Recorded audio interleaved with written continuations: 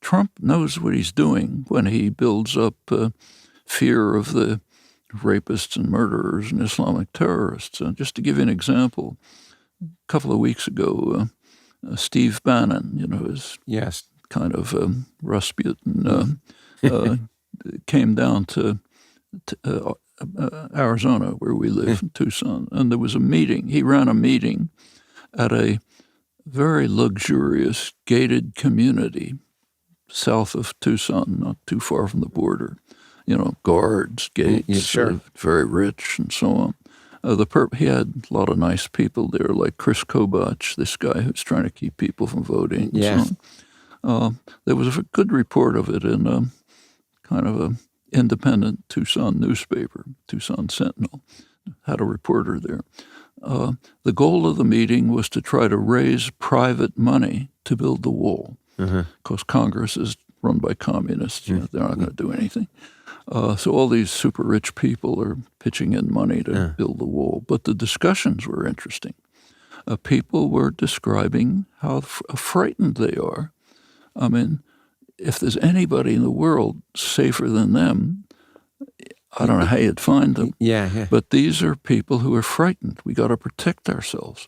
In fact, there was one legislator there who said, I'm not only in favor of the wall, I think we ought to have a wall from the border right along the Arizona border against California all the way up to the Canadian border, because these people are going to come in from California.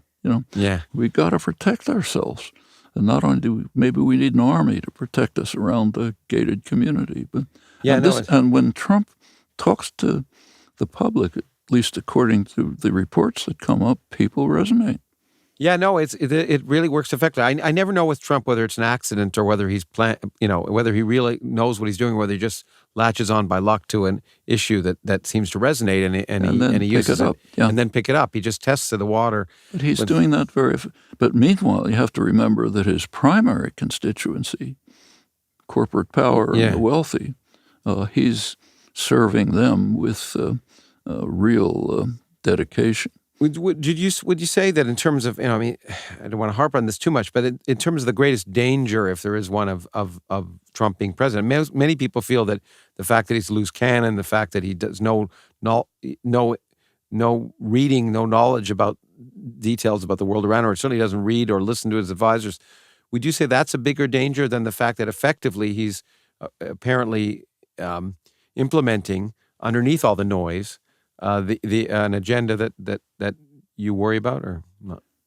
I mean, there's a lot of dangers with Trump. The worst one, which overwhelms everything else, is the dedication to destroy the environment. Yeah. I mean, that just swamps everything else. That ought to be a screaming headline every day. Well, I'm surprised that if private money wanted to build the wall, $8.6 billion is not a lot of money that could easily be done. I mean, more than that spent on elections. But interestingly enough, when you put it in perspective, talking about the environment and talking about progress, $8.6 billion, which is what he's asking for the wall, is more than the entire amount, the entire budget of the National Science Foundation.